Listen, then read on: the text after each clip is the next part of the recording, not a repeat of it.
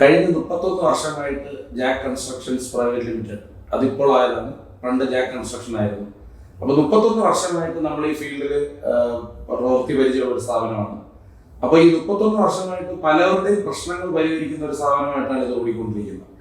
അപ്പോൾ ഈ 31 വർഷത്തെ നമ്മുടെ പരിചയസമ്പന്നമായ എക്സ്പീരിയൻസ് നമ്മളൊരു യൂട്യൂബ് വീഡിയോ രീതിയിൽ നിങ്ങളുടെ മുമ്പിൽ അവതരിപ്പിക്കുകയാണ്.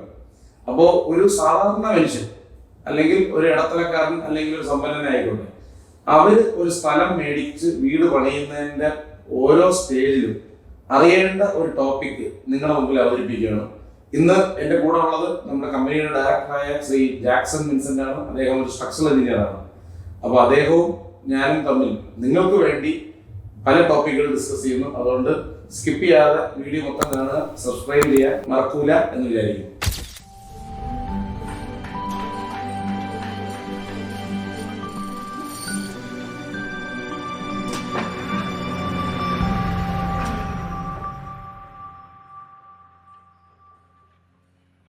അപ്പോൾ നമ്മളൊരു ലൊക്കേഷൻ സെലക്ട് ചെയ്യുമ്പോൾ എന്തൊക്കെയാണ് നമ്മൾ ശ്രദ്ധിക്കേണ്ടത്?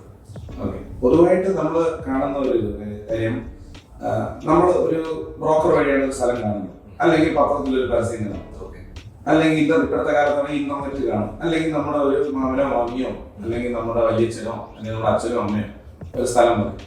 അപ്പോൾ നമ്മൾ പോയി കാണും. ആദ്യം നമ്മൾ ചോദിക്കും സെന്റിന് എത്ര. അപ്പോൾ സെന്റിന് വില കുറവാണെങ്കിൽ നമ്മൾ സ്ഥലം മേടിക്കും. ഇതാണല്ലോ സംഭവിക്കുന്നത്. അപ്പോൾ അത് കഴിഞ്ഞ് കുറച്ചുകൂടെ ഒരു വീട് വെച്ച ഒരു ഫ്രണ്ടിനെയോ ആരെങ്കിലും വിളിച്ചുകൊണ്ട് പോകുമ്പോൾ പറയാൻ മണ്ണിട്ടതാണോ മണ്ണിടാത്തയാണോ എന്ന് മാത്രമേ നോക്കുന്നുള്ളൂ. പക്ഷേ നമ്മൾ പറഞ്ഞല്ലോ, നമ്മൾ 31 വർഷമായി ഇത് ചെയ്യുന്നതുകൊണ്ട് നമ്മൾ പറയുന്നത് ഇതിനകത്ത് ഒരുപാട് ഹിഡൻ ആയിട്ടുള്ള കാര്യങ്ങളുണ്ട്. അതെ അല്ലേ? അപ്പൊ ഇത് പുരയിടമാണോ എന്താണെന്നുള്ളത് നമ്മളിങ്ങനെ കറക്റ്റ്, നല്ല ചോദ്യമാണ്. കാര്യം എല്ലാവരും പ്രമാണത്തിൽ പുരയിടം എന്ന് കണ്ട ഉടനെ അത് പുരയിടമാണ്, കുഴപ്പമില്ല എന്ന് പറഞ്ഞ്, അല്ലെങ്കിൽ തൊട്ടടുത്ത് വീടുകളുണ്ട്, അപ്പൊ പിന്നെ നമുക്ക് ഇവിടെ വീട് വെച്ചൂടെ എന്നൊക്കെ ക്വസ്റ്റ്യൻ ചോദിച്ചു വരുന്ന ആൾക്കാരോട് എങ്ങനെയായിരിക്കും? നമ്മള് നോക്കേണ്ടത് തൊട്ടടുത്ത് ഒരാൾ വീട് വെച്ചത് കൊണ്ട് നമുക്ക് വരുന്നില്ല. നമ്മള് ഒന്ന് ടോപ്പിക് ഡീവിയേറ്റ് ചെയ്തിട്ട് നമ്മൾ ഇന്ത്യൻ ജുഡീഷ്യറിയെ പറ്റി സംസാരിക്കുക. ഒരാൾക്ക് ഒരു നീതി കിട്ടിയതുകൊണ്ട് നമുക്ക് അതുപോലെ കിട്ടണമെങ്കിൽ നമ്മൾ എന്താണ് നമ്മുടെ വക്കീൽ കോടതിയിൽ പറയുന്നത്? ഇന്ന കേസ് റെഫർ ചെയ്യണം എന്ന് പറഞ്ഞ് നമ്മൾ അപേക്ഷിച്ച് കോടതിയിൽ പോയിട്ടാണ് കിട്ടുന്നത്. ഇത് തന്നെയാണ് സ്ഥലത്തിന്റെ കേസ്.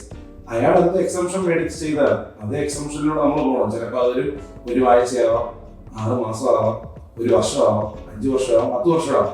കഴിഞ്ഞാൽ നമ്മൾ ഈ 30 വർഷമായിട്ട് ഫീൽഡിലുള്ളതുകൊണ്ട് 10 വർഷത്തിൽ കൂടുതലുള്ള കേസുകൾ നമുക്കറിയാം. അപ്പൊ അങ്ങനെ കുറെ കാര്യങ്ങൾ നടക്കുന്നുണ്ട്. ഉണ്ടല്ലേ? ഉണ്ട്. അപ്പൊ അതിന്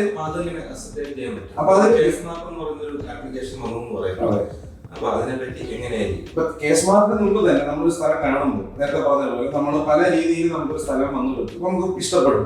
ഒന്ന് നമ്മുടെ തറവാട് വീടിന്റെ അടുത്തായിരിക്കും, ജോലി ചെയ്യുന്നതിന്റെ അടുത്തായിരിക്കും, അല്ലെങ്കിൽ പിള്ളേരുള്ള ഒരു സ്കൂളിന്റെ അടുത്തായിരിക്കും.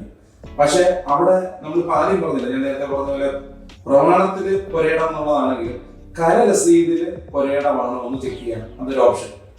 ഇനി നേരത്തെ പറഞ്ഞ പോലെ കേസ് മാർട്ടിന്റെ ഇത് പറഞ്ഞു. ഇപ്പൊ കേസ് മാർട്ട് എന്ന് പറഞ്ഞാൽ കേരളം മൊത്തം ഡിജിറ്റൽ സർവേ കഴിഞ്ഞു. അത് കാരണം നമുക്ക് കേസ് മാർട്ടിൽ തന്നെ എല്ലാം അറിയാൻ പറ്റും.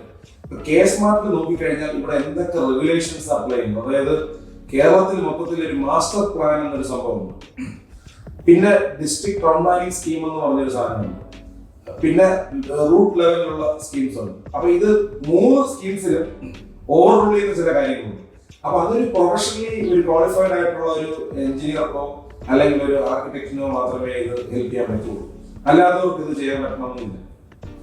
അപ്പോൾ നമ്മൾ സ്ഥലം മേടിക്കുമ്പോൾ വേറെ അശ്രദ്ധ മൂലം പറ്റുന്ന ഒരു കാര്യം എന്ന് പറഞ്ഞാൽ, നമുക്ക് ചിലപ്പോൾ വില കുറഞ്ഞൊരു സ്ഥലം കിട്ടുമ്പോൾ ഇവൻ നികത്തിയതാണ്, 5 വർഷം മുമ്പ് നികത്തിയതാണ്, അപ്പൊ തറ ഉറച്ചു എന്നുള്ള വിശ്വാസം വരും. ആക്ച്വലി തറ ഉറച്ചിട്ടില്ല, തറ ഇതാവുന്നതേ ഉള്ളൂ. അപ്പൊ നമ്മള് ഇതിന് സോയിൽ ടെസ്റ്റ് എന്ന് പറഞ്ഞൊരു സാധനമുണ്ട്. ഒരുപക്ഷെ നമ്മൾ നല്ലോണം ഫൗണ്ടേഷൻ ചെയ്ത് വരുവാണെങ്കിൽ, താങ്കൾ ഒരു സ്ട്രക്ചറൽ എഞ്ചിനീയർ ആണ്, നല്ലോണം ഫൗണ്ടേഷൻ ചെയ്ത് വരുവാണെങ്കിൽ നമുക്ക് മനസ്സിലാവേണ്ടത് ഒരു 2ഓ 3ഓ നില പണിയുന്ന പൈസ ഭൂമിക്കടി കുടിച്ചിട്ടേ വരും. അപ്പോൾ ഒരു നില പണിയുന്ന ഒരാളാണെങ്കിൽ പോലും അതില് 4 നില പണിയുന്നതിന് ചെലവ് വരും. അപ്പൊ സ്ഥലം അയാള് നല്ല സ്ഥലത്ത് മേടിച്ചെങ്കിൽ ഒരു സ്ട്രക്ചറൽ എഞ്ചിനീയറിന്റെ എക്സ്പെർട്ട് അഡ്വൈസോട് കൂടി, അല്ലെങ്കിൽ ഒരു പ്രൊഫഷണൽ എഞ്ചിനീയറിന്റെ, ഇവിടെ ആർക്കിടെക്ചറിന് റോൾ ഇല്ല എന്നുള്ള സത്യം തിരിച്ചു ഞാൻ പറയാൻ ആഗ്രഹിക്കുന്നത്. അപ്പൊ നമ്മൾ ആക്ച്വലി നമ്മൾ സോയിൽ ഇൻവെസ്റ്റിഗേഷൻ എന്ന് പറയുന്ന ഒരു സാധനമുണ്ട്. അതെ. അപ്പൊ അത് നമ്മൾ ചെയ്യുമ്പോഴേക്കും നമുക്ക് മനസ്സിലാവും എത്ര മീറ്ററിലോട്ട് നമുക്ക് സോയിലിന്റെ ഒരു ആപ്ലിക്കേഷൻ ഉണ്ടാവും എന്നുള്ള രീതിയിൽ. നമ്മളിപ്പോ ഒരു ബിൽഡിംഗ് ചെയ്തല്ലോ, ആ ബിൽഡിങ്ങില് നമ്മളൊരു പൈപ്പ് സൊല്യൂഷൻ ആണ് നമ്മൾ കൊടുത്തത്. എന്തുകൊണ്ടായിരുന്നു ആ പൈപ്പ് സൊല്യൂഷൻ നമ്മൾ കൊടുക്കേണ്ടി വന്നത്? ഒന്ന്, നമ്മൾ ബിൽഡിംഗ് ഡിസൈൻ ചെയ്യുമ്പോൾ ഇതിൽ ലോഡ് വരും. ഈ ലോഡ് എന്തായാലും ആകാശത്തോട്ട് വിടാൻ പറ്റില്ല, നമുക്ക് ഭൂമിയിലോട്ട് വിട്ടേ പറ്റുള്ളൂ. അപ്പൊ ഭൂമിയിൽ ഇത് ഫ്ലാറ്റ് ആയിട്ട് പോകുമ്പോൾ ഇത് കറക്റ്റായിട്ട് ഡിസ്ട്രിബ്യൂട്ട് ചെയ്ത് പോയില്ലെങ്കിൽ താന്നു പോകും. അപ്പോൾ നമ്മൾ സാധാരണ ഫുട്ടിങ് എന്ന് പറയുന്നത് നമ്മുടെ ട്രയാങ്കുലർ ഷേപ്പ് അല്ലെങ്കിൽ വെൽ എന്നുള്ള ഷേപ്പിൽ അതിനൊരു പരിധിയുണ്ട്. ഇപ്പൊ അതിന്റെ പരിധി കൂടുതൽ കഴിഞ്ഞാൽ ഈ ലോഡ് ഭൂമിക്കടിയിലോട്ട് വീണ്ടും വീണ്ടും പോകണം. അതിന് നമുക്ക് ഈ പൈപ്പ് ഫോർമേഷനിൽ ചെയ്യാൻ പറ്റുള്ളൂ. ഓക്കെ. അപ്പൊ എങ്ങനെയാണ് നമ്മൾ അസർട്ടൈൻ ചെയ്യുന്നത്?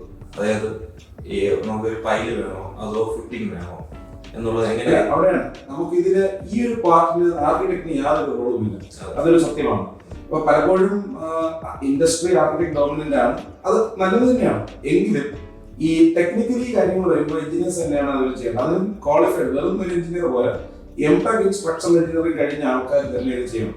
അപ്പൊ ജിയോ ടെക്നിക്കൽ എഞ്ചിനീയറിംഗ് എന്നുള്ളൊരു മേഖല തന്നെ ഇതിന് വേണ്ടിയുണ്ട്. അപ്പൊ ആ മേഖലയിലുള്ളവർ വന്ന് ഇത് ബോർ ചെയ്തിട്ട് നമ്മളോട് പറയും ഇത്രയാണ് പെർമിസിബിൾ ലിമിറ്റ് എന്ന് പറയുന്നത്. അതെ, അത് ടെക്നിക്കലാണ്. എങ്കിലും സാധാരണക്കാർക്ക് മനസ്സിലാവുന്ന രീതിയിൽ പറഞ്ഞാൽ പുട്ടുകുറ്റി പോലെ ഒരു സാധനം എടുക്കും. അപ്പൊ അതിൽ എന്തുമാത്രം വെയിറ്റ് എടുക്കാൻ പറ്റുമെന്ന് ഓരോ ലെയർ ഉണ്ട്. ചിലപ്പോൾ ഒരു 20 മീറ്റർ താഴെ പോകുമ്പോഴായിരിക്കും കിട്ടുന്നത്. അപ്പോൾ ഇതനുസരിച്ച് നമ്മുടെ എഞ്ചിനീയർ അല്ലെങ്കിൽ ക്വാളിറ്റി സർവേ ടീമിന് കണക്ക് കൂട്ടുമ്പോൾ എത്ര ലക്ഷം രൂപ ഫൗണ്ടേഷൻ ആവും എന്നറിയാം. അപ്പോൾ നമുക്ക് തീരുമാനിക്കാം ഇത് നടക്കുകയില്ല. അതൊരു ആർക്കിടെക്റ്റിന് ഈ ഡേറ്റാസ് ഒരു എഞ്ചിനീയർ പറഞ്ഞു കൊടുത്ത ആർക്കിടെക്റ്റിന് മൊത്തത്തിൽ വീട് എത്രയാവും എന്ന് പറയാൻ പറ്റും. ഓക്കെ. അപ്പൊ അങ്ങനെയാണ് അവർ അസർട്ടൈൻ ചെയ്യുന്നത്. അതെ. ഓക്കെ.